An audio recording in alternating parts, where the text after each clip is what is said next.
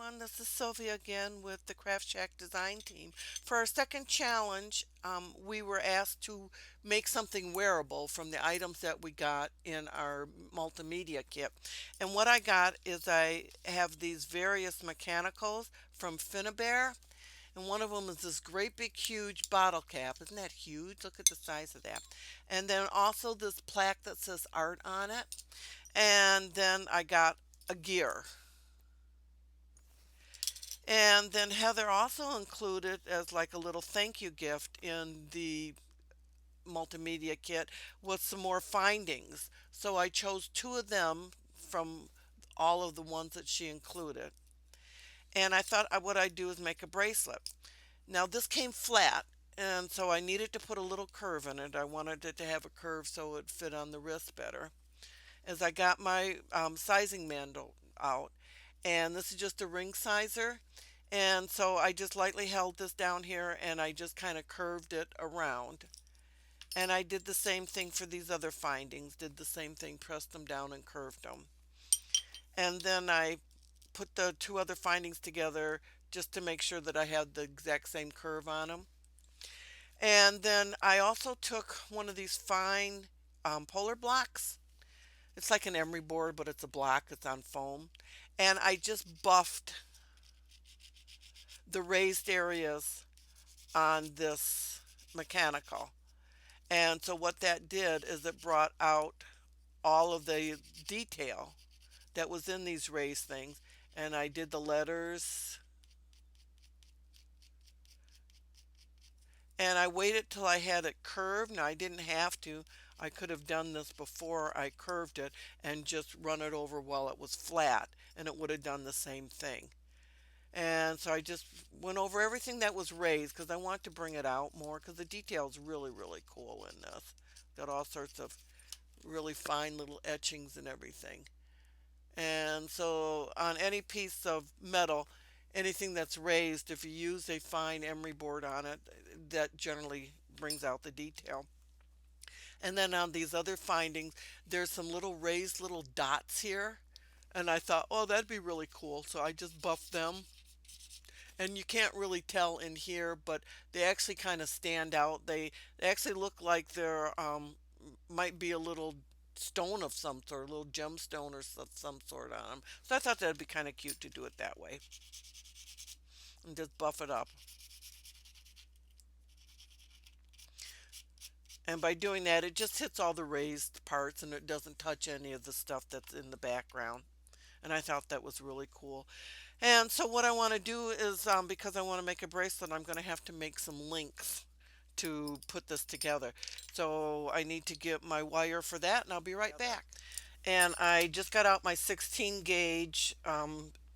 It's a Vintaj natural brass wire, just 16 gauge. I love working with Vintage, the natural brass, because of the color of it. And what I'm going to do is I'm just going to make a whole bunch of figure 8 loops. And what you have to do is you want to make sure that every time you cut with a flat edge. And that when you use your wire clippers, if you clip with this edge towards the wire, it will clip a flat edge. If you turn your wire clippers this way, it tends to clip a pointy edge. You don't really want that because that can cause little burrs and things that come out and can pick you when you're making jewelry. So you always cut with a flat edge towards the length of the wire. And then I'm just going to use my round nose pliers here. I'm going to stick it right down here at the bottom, and I'm just going to twist and make a loop, letting this be the guide until it comes and it forms back onto itself. See where it came and formed back on itself. Then I'm going to put my pliers back in right down here at the bottom, and now I'm just going to do another loop all the way around, and now you can see I have formed a figure 8. Now I'm going to cut this off, and I'm going to make sure that I have my wire cutters, the flat side, towards the length of the wire, and I'm going to cut this off right down here where it meets.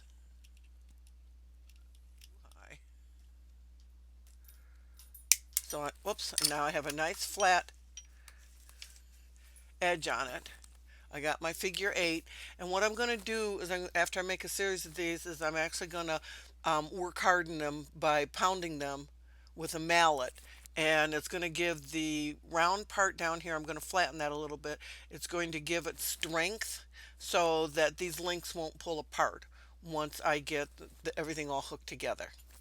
So that's what I'm going to do. Once again, I keep my wire on the coil here because it's just, I don't like wasting a whole bunch of wire, and it just works this way. Now, because I cut it flat that one to take the figure 8 link off, I have to cut this again just a little bit. So I've got a nice flat edge here. Stick it in the very bottom of my pliers. Twist it all the way around.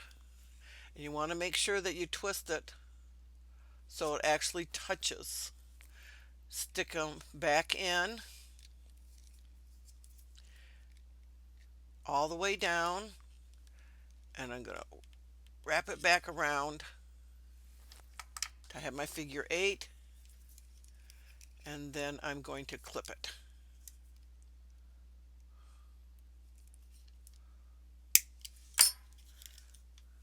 I have another figure 8. And I don't know how many of these I'm going to make. Generally, when I start making chains, I just make a ton of them because I can always use them later. Give myself a nice flat edge again. I didn't cut very flat. And when you're cutting your wire, you want to make sure you do a nice, steady, quick clip. Once again, stick it in the bottom down here.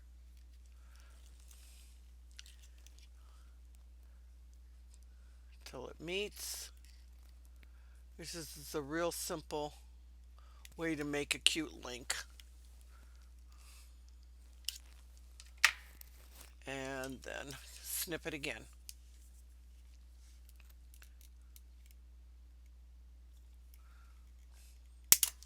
Okay, so I'm just going to pause the video now, and it's going to make up a whole bunch of these. What I mean by work hardening, I've got a link up here, and you can see, I don't know if you can see, but I hope you can, it doesn't lay flat. And what's going to happen when I do the work hardening, it's going to make it lay flat. And you just tap it. You don't have to hit it real hard. It's laying nice and flat now. I turn it over, and then I'm just going to hit the round part down here, and you don't have to hit real hard. And I would hope that you can see it helps flatten the roundness of the wire, and it makes it more it gives a nice little flat surface. And when you work harden the center of loops, it makes them nice and strong. It's real difficult now to try and pull this apart. And that's what it's good. That's what work hardening is called. So I have another loop right here. I'm going to put this down on the surface. I'm just going to pound lightly just to get it flattened. Got it nice and flat. And you don't have to worry too much if there's a gap or something. You're going to close that up when you join the link together. And flatten the curve here. Flatten this curve down here. And once again, I've got another nice link formed. And so that's what I'm going to do with all of the links that I just got done making. Now, as I've got all of my links work hardened, and I'm just going to start joining them together. Put this block away. And it's best if you've got 2 pliers to do this with, because with links, the one thing that you do not want to do with a link is you don't want to pull the link apart this way. You just want to twist them apart. And so that's what I'm going to do. And generally, you only have to twist one part of this figure 8 link. So I'm just going to twist it up a little bit, and because it's been work hardened, it's a little stiff to do. And then I'm going to put it onto my label here, and then I'm just going to give it another twist to close it back up. And as I'm closing it back up, I'm going to make sure that I push it down towards the shaft. So I've got a nice closed little link. And you can see that this one has a little opening still in it. And so what I'm going to do is I'm just going to stick my pliers in it and just give it a bend down. And now I've got it closed up real good. I got both sides closed up real nice. They're not going to come undone. So I've got that one link done. I'm going to do the same thing with the other link over here. Open up this one.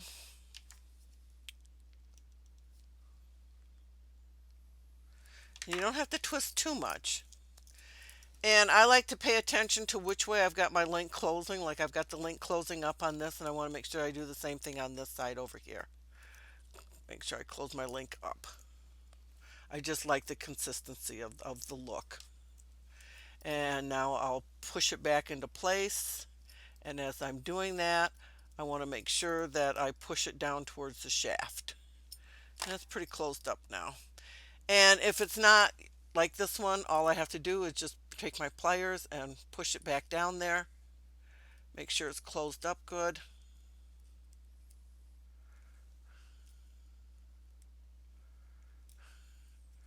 And now I've got my links on there for the bracelet, and I'm going to join these now. So I want to open up this link on the bottom here.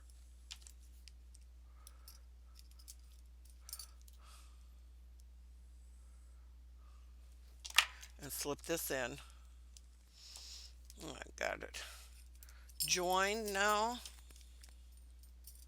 Hold it in place, twist it, and close it back up.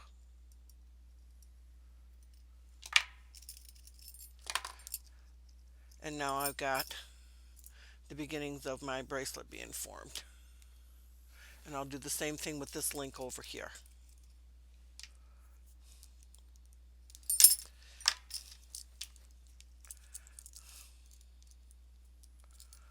Hold this link steady, open this up.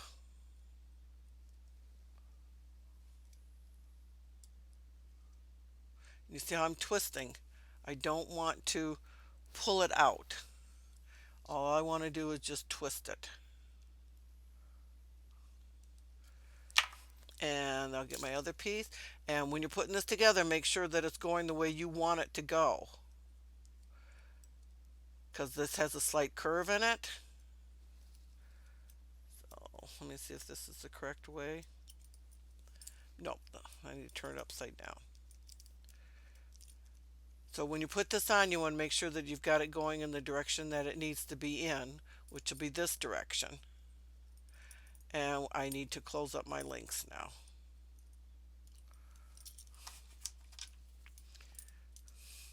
And just twist this back together. And I've actually got a flat nose pliers here instead of round nose, and they're helpful too for helping to push the links back together again,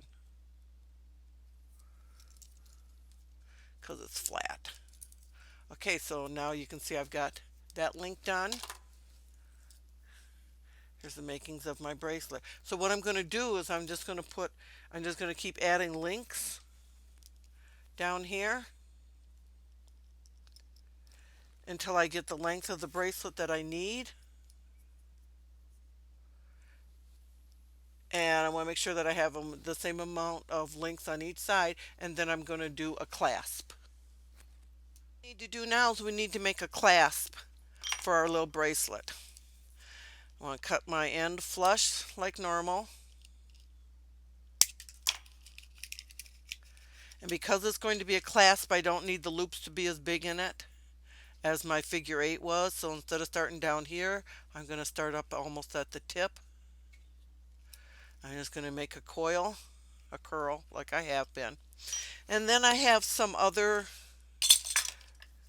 coiling pliers that I like to use. And I'm going to go up a little higher, make a bigger loop on it, come back down, and I've got this formed. Now, a couple things that you can do. I can cut this off way down here and have quite a long link. I can cut it up higher. I could cut it here and put a flip on it. There's all sorts of different things that I can do with this. So what I'm going to do is I'm going to cut it down here. And the neat thing is if you cut it long and you don't like it, you can cut it some more and work with it again. And then I'm just going, now what you can do is you can just do an end like that, or you can actually do another coil. And that's what I'm going to do. Since everything here is like figure eights and coils, I just want to be consistent. So I'm just going to put a little coil in here. Okay, so then there's my clasp. And I want to make sure I work harden it. It's important with clasps that you work harden them. And before I do the other side, I'm going to push this together so I have a nice closed opening here. And it's also important when you're doing a clasp to work harden the top part of it, because this makes it very strong. And then you just put it on your bracelet, and I already had done one and got it on my bracelet. I had added another one of my figure eight links with the real pretty blue Swarovski crystal. You can't tell in this lighting, but this is actually very bright turquoisey blue crystal. Looks real pretty with it. And then here's my clasp. I'll just use my clasp to hook into my last link here.